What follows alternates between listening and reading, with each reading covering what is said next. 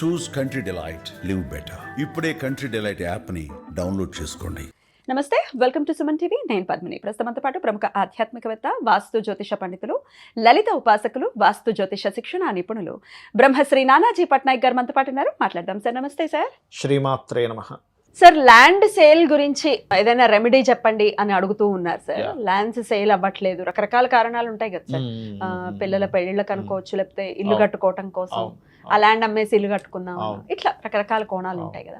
So ఈ land sale అవ్వటం కోసం ఏదైనా పవర్ఫుల్ రెమెడీ చెప్తారా సార్? తప్పకుండా అండి. ఫస్ట్ ఆఫ్ ఆల్ ఏంటంటే, అసలు ల్యాండ్ ఎందుకు సేల్ చేస్తున్నారు? ఒకటి, మనీ అవసరం కోసమా? మనము ఒక్కోసారి ఎలా ఉంటుందంటే, కొంతమంది జన్మజాతకాల్లో ల్యాండ్ కొంటే చాలా వాళ్ళకి కష్టం వచ్చి సేల్ చేయాల్సి వస్తుంది.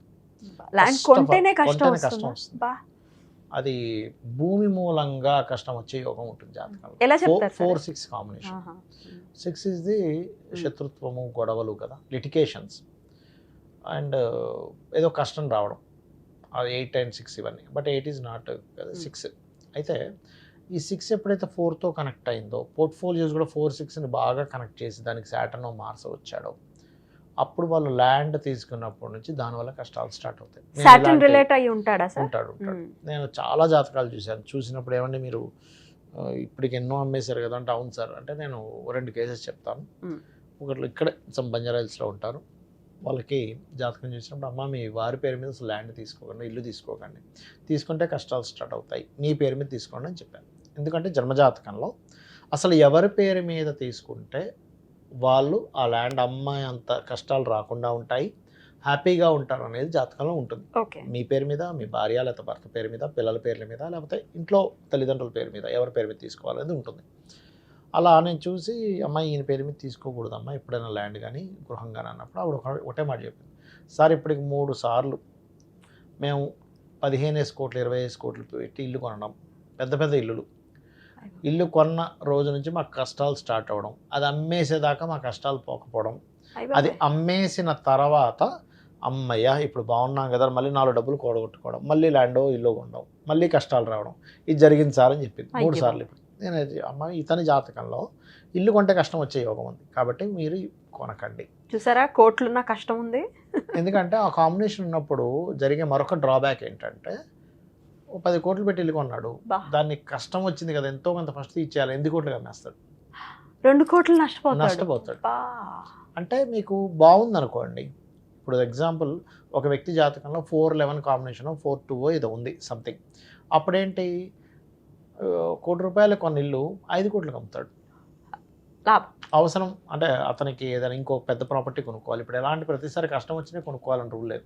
ఇంకోటి ఏదో పెద్ద కమర్షియల్ ప్రాపర్టీ కొంటున్నాడు, ఈ చిన్నవన్నీ తీసేసి అదైతే రెంట్స్ బాగా వస్తాయి కదా తీసేసేటప్పుడు, ఈయన జాతకంలో బాగున్నప్పుడు ఏమవుతుందంటే, అందుంటారు చూడండి, అప్పట్లో నేను ఒక క్లయింట్కి అయితే 15 ఏళ్ల క్రితం చెప్పిన ప్రొడిక్షన్ ఇది, ల్యాండ్స్ తీసుకోవాలా వద్దా తీసుకెళ్ళాడుతున్నా, మీ పేరు మీద తీసుకోండి 100% మీకు బాగుంటుందని చెప్పాను. వాళ్ళు అప్పట్లో ఒక 10-15 years బ్యాక్ సంథింగ్, అప్పట్లో 10 లక్షలకి ఎకరంగా తీసుకున్నారు. అప్పట్లో 10 లక్షలు సంథింగ్, 8 లక్షలు సంథింగ్, 10 ఎకరాలు తీసుకున్నారు. 8 లక్షలు, 7 లక్షలు 8 లక్షలు, నాకు కరెక్ట్ గుర్తు రావట్లేదు ఫిగరు. ఇప్పుడు అది ఎకరం 4 కోట్లు. వాళ్ళు ఆ టైంలో వాళ్ళ కమనీ నథింగ్ అసలు పెద్ద విషయం కాదు. 70 లక్షలు 40 లక్షలకు పెట్టుకున్నారు అన్నీ కలిపి. అప్పుడు ఇప్పటికీ వాళ్ళు అంటుంటారు, సార్ మీరు అలా చెప్పారు, అదే నాకు శ్రీరామరక్షగా అయిపోయింది. 4 కోట్లు 40 కోట్లు అయిపోయింది, ఇప్పుడు 40-50 కోట్లు అయిపోయింది. ఎక్కడ 70 లక్షలు, ఎక్కడ 50 కోట్లు. అంటే నేనేమంటానంటే, ఎవరి పేరు మీద బాగుందో చూడండి, లేకపోతే ఇలాగే అమ్ముకోవడానికి కూడా ఇబ్బంది. పార్టీని తీసుకొస్తాడు, సార్ వాడు డిమాండ్ లేదు సార్ అంటాడు, మనం కొనాలంటే డిమాండ్ ఉందంటారు, మనం కొరివి అన్నట్టుగా అమ్ముదాం అనేసరికి డిమాండ్ లేదంటారు. అలా అయిపోతుంది. కాబట్టి ఫస్ట్ ఈ జాగ్రత్త తీసుకోండి.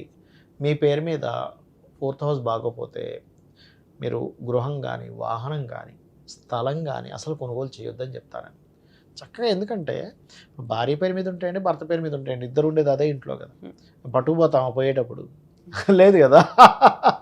కాబట్టి అది ఫస్ట్ చూసుకోవాలి. అయితే ఇది అమ్ముడు పోవాలి, ఒక కష్టం వచ్చిందో లేకపోతే అవసరం ఉందో, అప్పుడు ఖచ్చితంగా నేను ఒక రెమెడీ చెప్తాను.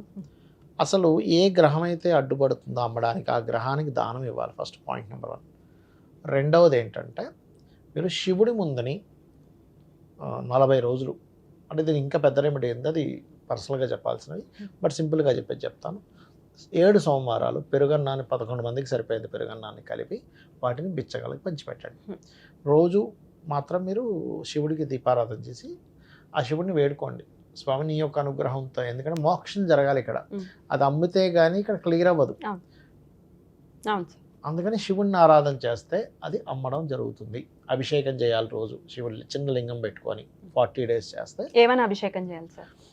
నమశివాయ మంత్రంతో చేస్తూ సంకల్పం మాత్రం ఇది అమ్మాలి, అమ్మితే నాకు ఇక్కడ నుంచి కొంత క్లియర్ అవుతాను. ఎందుకంటే చాలామంది 90% ఆఫ్ పీపుల్ సమస్యల్లో పడి ఆ యొక్క సమస్య తీరడం కోసం అమ్మేస్తారు.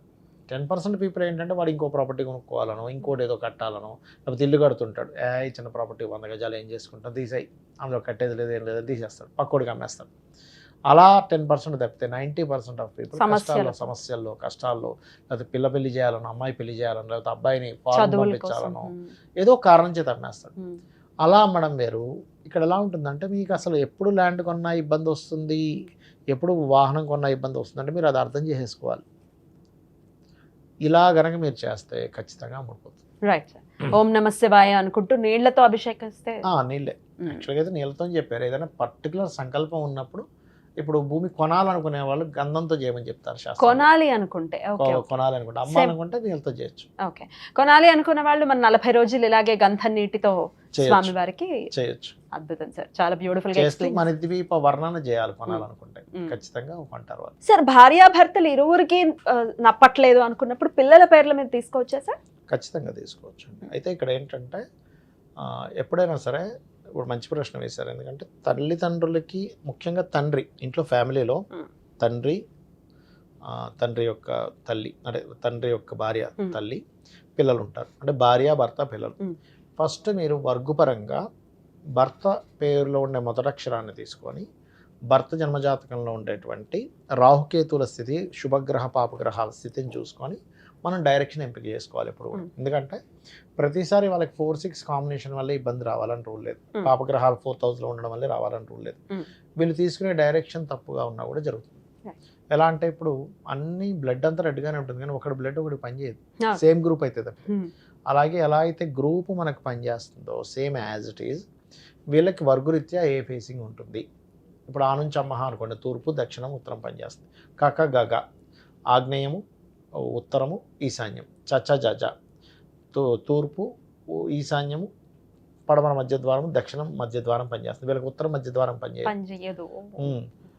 టట డాడ అక్షరాలు మొదటక్షరం అనుకోండి, అప్పుడు వాళ్ళకి పర్టికులర్గా వాయువ్యం పనిచేస్తుంది, తూర్పు మధ్య ద్వారం పనిచేస్తుంది, ఆగ్నేయం పనిచేస్తుంది. ఒకవేళ తత్త దద్ద నా అక్షరాలు అనుకోండి, పడమర పనిచేస్తుంది, కానీ వీళ్ళకి ఈశాన్యము తూర్పు పనిచేయదు, పడమర ఉత్తరం దక్షిణం పనిచేస్తుంది.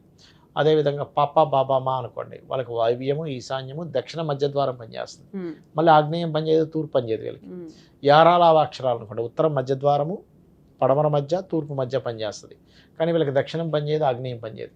శేష సాహా అక్షరాలు అంటే ఉదాహరణ షే అనుకోండి, శేషగిరిరావు. సా అంటే సావిత్రి. రా అక్షరం ఇందాక చెప్పాను ఉత్తరం మధ్య దానికి, రా అంటే రాము రమేష్, అట్లా మొదటి అక్షరం వాళ్ళ పేరు అయి ఉండాలి. ఇప్పుడు శేషాసహ అక్షరాలు వాళ్ళకి ఈశాన్యము వాయువ్యము ఆగ్నేయం అంటే north east north west south east directions పనిచేస్తాయి. అయితే ఈ పేరుతో ఉండే వరకుతో పాటు వాళ్ళ పర్సనల్ చార్ట్లో మేషం నుంచి మీనం వరకు east south north west east south west north అని తీసుకుంటారు ఒక్కొక్క రాశిని. అలా క్యాలిక్యులేట్ చేసుకొని తీసుకుంటే వీళ్ళ లైఫ్ ఖచ్చితంగా బాగుంటుంది. బ్యూటిఫుల్. ఇది ల్యాండ్ కూడా వర్తిస్తుంది? ల్యాండ్కి వర్తిస్తుంది, స్థలానికి వర్తిస్తుంది. అయితే అపార్ట్మెంట్ ఉందనుకోండి, మెయిన్ డోరే తీసుకోవాలి మొత్తం అపార్ట్మెంట్ కంటే కూడా. అద్భుతం సార్, చాలా బ్యూటిఫుల్ గా ఎక్స్ప్లెయిన్ చేశారు సార్. ఖచ్చితంగా ఈ ల్యాండ్ కోసం, ల్యాండ్ రీత్యా ఎట్లా ఇబ్బందులు వస్తాయి, వాటిని అధిగమించడానికి ఏం చేయాలి అనేది చాలా అద్భుతంగా వివరించారు. కృతజ్ఞతలు సార్. నమస్తే. శ్రీమాత్రే నమః.